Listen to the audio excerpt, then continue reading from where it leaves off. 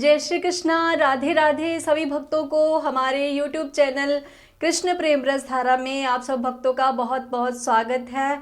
तो चलिए हम ज़्यादा आपका समय व्यर्थ ना गवाते हुए वीडियो को करते हैं स्टार्ट। तो हमने पिछली वीडियो में आपसे बात की थी जज साहब की। मैंने आपको बताया था ना कि एक जज साहब थे, उनकी मैं आपको स्टोरी सुनाऊंगी। तो आज मैं उसी पे चर्चा करूंगी आप लोगों के साथ। तो चलिए वीडियो को करते हैं स्टार्ट। तो दक्षिण भारत की बात है। एक केवट थे। जो केवट थे ना, बहुत ही सरल हृदय व्यक्ति थे।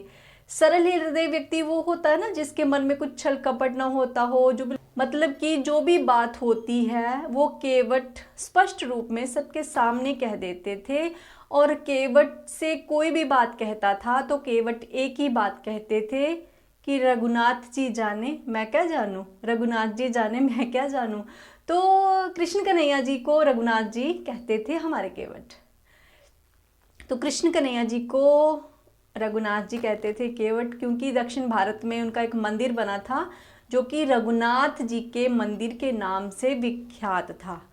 तो बेटों ने कहा कि पिताजी देखिए, अभी हमें अपनी बहन की शादी तो करनी है, तो आप जाइए गांव के साहूकार से कुछ पैसे ले आइए शादी के लिए, तो हम शादी कर देंगे और जब हम कमाएंगे तो हम उनका हिसाब चुकता कर देंगे, उनकी पाई पाई हम वापस कर देंगे। तो साहूकार के पास गए वो भोले भक्त। भोले भक्त कौन थे? वो केवट गए, केवट चले गए। तो लोग उनको क्या कहते थे ना, वैसे उनका नाम कुछ और था, लेकिन मतलब लोग उनको कहते थे भोला, क्योंकि वो बहुत ही भोला था, सरल था। उसके मतलब कुछ छुपाता नहीं था किसी से, स्पष्ट रूप में सभी कह देता था जो भी बात मन में होती थी। तो वो गांव के साहूकार जी के पास गए और कहने लगे कि प्रभु देखिए, मेरी बेटी की शादी है और मुझे कुछ धनराशि चाहिए, तो मैं आपको सूद समेत वो धनराशि जल्दी ही वापस कर दूंगा जब मेरे बेटे मतलब कमाने लगेंगे। अभी कमाने लगे हैं मेरे बेटे, तो मैं आपको जल्दी ही वापस कर दूंगा। और केवट सेवा करता था, मंदिर साफ कर देता था, तो सारा दिन वो प्रभु की सेवा करता ही रहता था और सारा दिन रघुनाथ जी के बारे में सोचता। और लोग जो आते वहाँ दर्शन करने के लिए, तो उनसे भी रघुनाथ जी की ही बातें करता। तो मैंने आपको बताया तो था ना कि एक भक्त किसकी बात करता है? भगवान की ही बात करता है, क्योंकि उसको भगवान की ही बात प्रिय लगती है, उसको कोई दुनियादारी की बातें अच्छी नहीं लगती हैं। तो जब उसके बेटे कमाने लगे तो बेटों ने कहा कि पिताजी जाइए, अब वो साहूकार को ये धनराशि लौटा दीजिए सूद समेत। तो उन्होंने जो ब्याज दर बनी थी वो भी रखी और सारा उनको पैसा वापस कर दिया। साहूकार ने एक स्लिप पे लिख दिया कि आपका हिसाब, मतलब केवट का हिसाब पाई पाई से चुकता, मतलब आपका हिसाब खत्म हो गया है।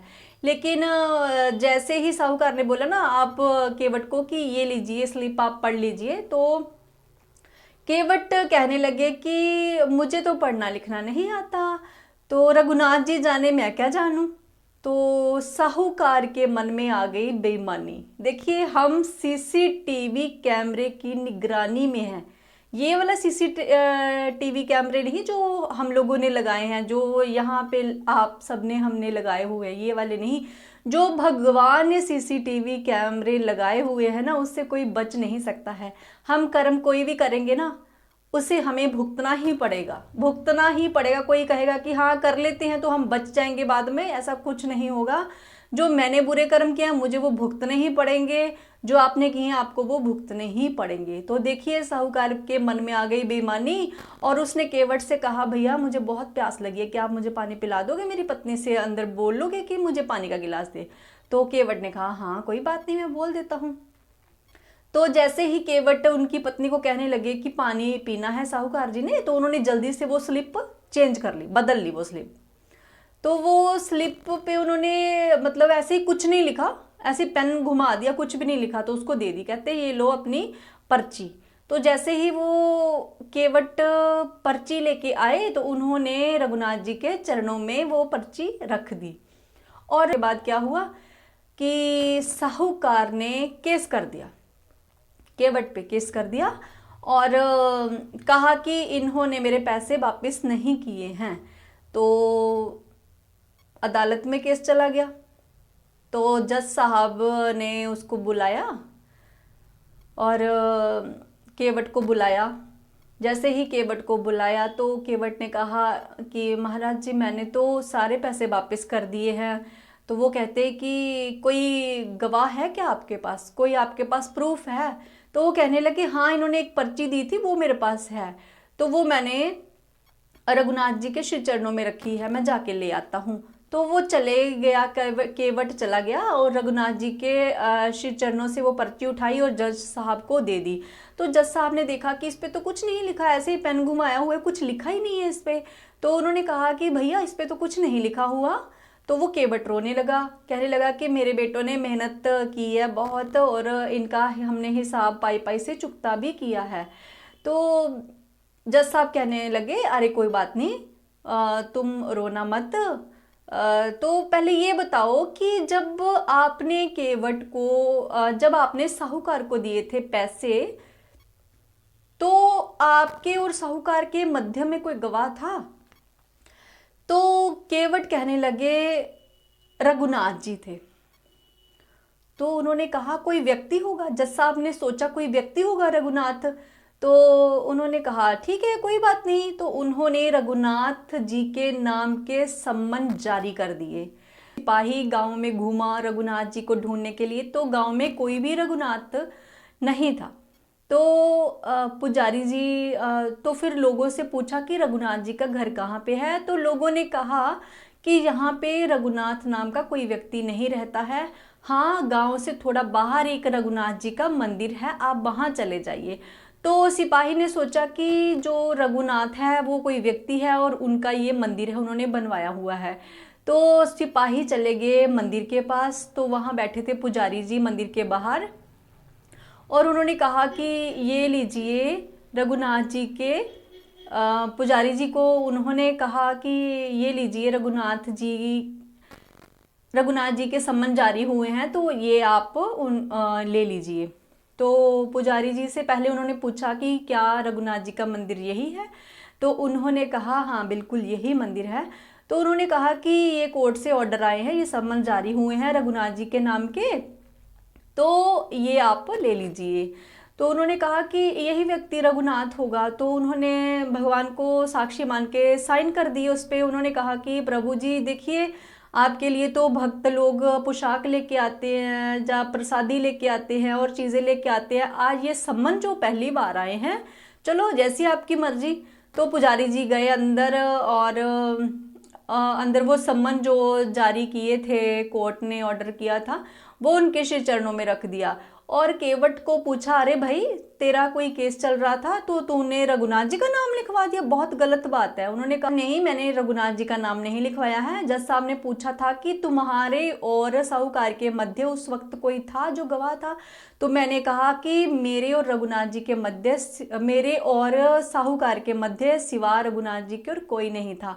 तो उन्होंने कहते लो फिर उन्होंने सम्मन जारी कर दी है। तो पुजारी ने देखा कि ये तो भक्त बड़ा सच्चा है। उन्होंने दूसरे दिन जब भगवान का श्रृंगार किया तो वस्त्र रख दिए वहाँ पे कि प्रभु जी ये मैंने आपके लिए वस्त्र रखे हैं, जो आपको पसंद हो वो पहन के, लेकिन आप उस भक्त की ये लाज बचाने जरूर जाइए, उसको इतना विश्वास है आप पे तो उसका विश्वास ना टूटने दीजिए और आप गवाही देने जरूर जाइए। तो कहते हैं ना कि जब भक्त विश्वास करता है तो भगवान उसकी लाज जरूर बचाते हैं, भगवान उसके विश्वास को कभी टूटने नहीं देते हैं। तो प्रभु उस दिन गए कोर्ट में गवाही देने के लिए। तो जैसे ही कोर्ट में गए वो केवट और साहूकार सामने खड़े थे उनके। तो जज साहब ने कहा कि केवट क्या तुम्हारा गवाह है यहाँ पे? तो उन्होंने कहा कि हाँ जी प्रभु वो है यहाँ पे। तो उसको तो दिखाई दे रहे थे प्रभु, उसको तो कण कण में ही भगवान का वास दिखता था, कण कण में ही उसको प्रभु ही दिखाई देते थे। तो कि रघुनाथ जी हाजिर हों, रघुनाथ जी हाजिर हों, रघुनाथ जी हाजिर हों। तो जैसे ही उन्होंने तीसरी आवाज लगाई, एक वृद्ध व्यक्ति आए जिनके मुख पे बहुत तेज था और तुलसी कंठी धारण किए हुए थे वो, और माथे पे चंदन का तिलक लगा था, सुशोभित था। और जैसे ही वो आए तो ऐसा लग रहा था कि ढेरों प्रकाश हो, इतना प्रकाश नजर आ रहा था कि जज साहब भी देख के बहुत हैरान हो गए कि इतना तेज, इतनी वृद्ध अवस्था में, चेहरे पे इतना नूर, इतना तेज। तो वो ना मतलब जज साहब उनको देखते ही रह गए, देखते ही रह गए। तो जब उन्होंने कहा कि गवाह हाजिर हो, तो गवाह जैसे ही कटहरे में खड़े हुए तो जज साहब ने उनको पूछा कि क्या जब केवट ने साहूकार को पैसे दिए थे तो आप वहीं पे थे? तो उन्होंने कहा कि जब केवट ने साहूकार जी को पैसे दिए थे तो मैं वहीं पे था, ये रघुनाथ जी ने कहा। तो उन्होंने कहा कि इसका क्या प्रूफ है, मैं कैसे मान लूं? जज साहब ने कहा कि मैं कैसे मान लूं कि केवट ने उनको पैसे दिए थे? तो रघुनाथ जी ने कहा कि साहूकार ने एक पर्ची लिख के दी थी कि केवट का हिसाब पाई पाई से चुकता, लेकिन वो पर्ची इन्होंने अपनी ही वही खाते में रख ली। तो अपनी वही खाते के इस पन्ने पे उन्होंने ये, इस वही खाते के इतने पन्ने पे इन्होंने ये पर्ची रखी थी, तो आप अपने सिपाही को भेजिए और पर्ची मंगवा लीजिए। तो जज साहब ने ऐसा ही किया, सिपाही को भेजा और वो पर्ची मंगवा ली। तो जैसे ही उन्होंने पर्ची मंगवाई और देखा कि वाकई ही ये लिखा था उन्होंने कि केवट का हिसाब पाई पाई से चुकता, तो साहूकार को हो गई सजा और केवट बाइज्जत हुए बरी, और सभी लोग अपने अपने घर में चले गए। लेकिन जज साहब जब रात को सोने लगे तो उनके सामने वही दृश्य आने लगा। तो वो ये सोचने लगे कि मैंने गवाह तो बहुत देखे हैं, लेकिन ऐसा गवाह जिसको इतना भी पता है कि कौन से नंबर के पन्ने पे कौन सी पर्ची रखी है, और वो भी साहूकार के घर में। तो वो सोचने लगे कि वो व्यक्ति कौन थे। तो जज साहब को रात को, पूरी रात को नींद नहीं आई। वो सुबह उठते ही उस गांव में चले गए। संतरी को पूछा कि वो गांव मुझे ले चलो, तो वो उस गांव में घूमते रहे। तो वो कहने लगे कि यहाँ पे रघुनाथ जी का घर कहाँ पे है? तो सभी लोगों ने बताया कि जज साहब यहाँ पे रघुनाथ जी का कोई घर नहीं है, रघुनाथ जी का मंदिर है। तो वो कहते हाँ हाँ वही मंदिर में मुझे ले चलो। तो वो जैसे ही मंदिर में गए, तो वहाँ गए तो पुजारी जी से उन्होंने कहा कि पुजारी जी क्या यही रघुनाथ जी का मंदिर है? तो पुजारी जी ने कहा हाँ। तो पुजारी जी मन में सोचने लगे कि प्रभु आज आपकी क्या लीला है, सारा फैसला हो गया, आपने गवाही दे दी, लेकिन आज क्या लीला रचने वाले हैं आप? तो उन्होंने कहा कि मैं रघुनाथ जी से मिलना चाहता हूँ। तो पुजारी जी ने कहा कि वो अंदर ही बैठे हैं। जैसे ही वो मंदिर में उनको लेके गए पुजारी जी जज साहब को, तो उन्होंने देखा कि जहाँ पे भगवान की जो विग्रह, जहाँ पे भगवान का विग्रह है ना, वो जहाँ पे स्थापित किया जाता है ना, वहां पे वही गवाह उन्हीं कपड़ों में, उसी भेष में उनको दिखा। तो जज साहब समझ गए कि प्रभु आए थे, भगवान आए थे गवाही देने के लिए इस भक्त की। तो जज साहब की आंखें नम हो गई, वो इतना रोए, इतना रोए, और वो रोते रोते अपने घर में आ गए और आते ही कमरे में अपने आप को बंद कर लिया। तो सभी घर वाले दरवाजा खटखटाने लगे और जज साहब रोए जा रहे थे, रोए जा रहे थे, रोए जा रहे थे। तो जज साहब ने फिर जब घर वालों को ये बात बताई कि ऐसे ऐसे भगवान आए थे गवाही देने के लिए, तो उससे आगे जज साहब से आगे बात ही नहीं हो पा रही थी कि मैं क्या कहूँ। तो घर वाले कहने लगे कि क्या आप मतलब जब तो अच्छी बात है ना, आपने भगवान को देखा, तो क्या आपके मन में ये अभिलाषा थी कि वो आपके घर में आए? जहाँ आपके मन में ये अभिलाषा, कुछ अभिलाषा रह गई है, या फिर ये अभिलाषा थी कि आप उनसे और बात करें? तो जज साहब ने कहा नहीं, मेरे मन में ऐसी कोई अभिलाषा नहीं है। मैं तो बड़ा पापी हूँ, बड़ा दुष्ट हूँ। जज साहब कहने लगे कि मैं कुर्सी पे बना जज बैठा रहा, कुर्सी पे बना जज बैठा रहा और तीनों लोगों के पति मेरे भगवान आराध्य और वहां खड़े गवाह के रूप में मुझे समझाते रहे, लेकिन मैं उनको पहचान ही नहीं सका। तो जज साहब ने उस दिन ये प्रण कर लिया कि आज से मैं इस जज साहब की कुर्सी से इस्तीफा देता हूँ। तो जज साहब ने इस्तीफा दे दिया, क्योंकि वो ये समझने लगे अपने आप को कि मैं इस कुर्सी के लायक ही नहीं हूँ। तो वो चले गए वृंदावन। जज साहब अपना सब कुछ त्याग के चले गए वृंदावन, और वृंदावन की गलियों में डोलते रहे, रोते रहे, गाते रहे, प्रभु का हरि गुण गाते रहे, हरि गुण गाते रहे। तो जैसे ही कोई उन्हें देखता तो वो कहता कि जज साहब आए हैं, जज साहब आए हैं। तो एक बार एक संत ने पूछा कि ये महात्मा हैं, ये संत हैं, तो इनको जज साहब क्यों कहा जाता है?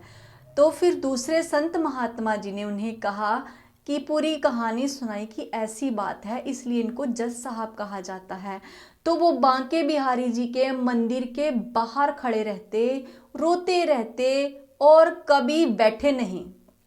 देखिए, जैसे ही वो कुर्सी पे जज बन के बैठे थे ना, उसके बाद वो बैठे नहीं, वो खड़े रहे, चलते ही रहे। तो कितना प्रेम करते हैं ना भक्त अपने भगवान से, कि उनके मन में ऐसा भाव रहता है कि हम भगवान के गुनहगार हैं, जबकि भगवान ये लीला खुद रचते हैं हम जैसे लोगों को बताने के लिए कि इस संसार में आप समझते हैं कि आप ही हर कार्य करते हो, लेकिन उसका माध्यम भगवान है। साहब बांके बिहारी जी के दर्शन करने कभी अंदर नहीं गए। वो ये समझते थे कि मैं प्रभु के सन्मुख होने के काबिल भी नहीं हूँ। वो बस बाहर खड़े रहते और रोते रहते, रोते रहते, रोते रहते। बहुत से लोग उनके दर्शन करते, भक्त उनके दर्शन करते, लेकिन कुछ संत उन्हें समझाते कि तुम आओ, आज अंदर चलो, कोई बात नहीं, प्रभु तुम्हें क्षमा कर देंगे। तो वो यही कहते कि मैं क्षमा के काबिल नहीं हूँ, मेरा अपराध बहुत बड़ा है। तो देखिए, जज साहब का अपराध तो इतना बड़ा नहीं था, क्योंकि वो अनजान थे। हम लोग तो जानबूझ के अपराध करते हैं। तो देखिए कि हमारा अपराध कितना बड़ा होगा, हम कितने बड़े अपराधी हैं प्रभु के। तो ये थी जज साहब की पूरी बात। तो ऐसे ही भक्तों की कथाएं, भक्तों की बातें मैं आपके सन्मुख करती रहूंगी, क्योंकि मैं तो प्रभु के भक्तों की करती हूँ भक्ति। जो भी भक्त है मैं उनकी हूँ दासी, क्योंकि प्रभु, मुझे पता है प्रभु अपने भक्तों के, जो भक्त होते हैं ना, उनके जो दास होते हैं उन पे भी बहुत कृपा करते हैं। क्योंकि कृपा की है तो मैं आपके सामने हूँ, हरि गुण गा रही हूँ, भक्तों की चर्चा कर रही हूँ। मेरे प्रभु हमेशा रहे प्रसन्न, इसी बात की मुझे रहती है चिंता, क्योंकि मैं अपने प्रभु की प्रसन्नता के लिए ही हर कार्य करती हूँ और करूँगी भी।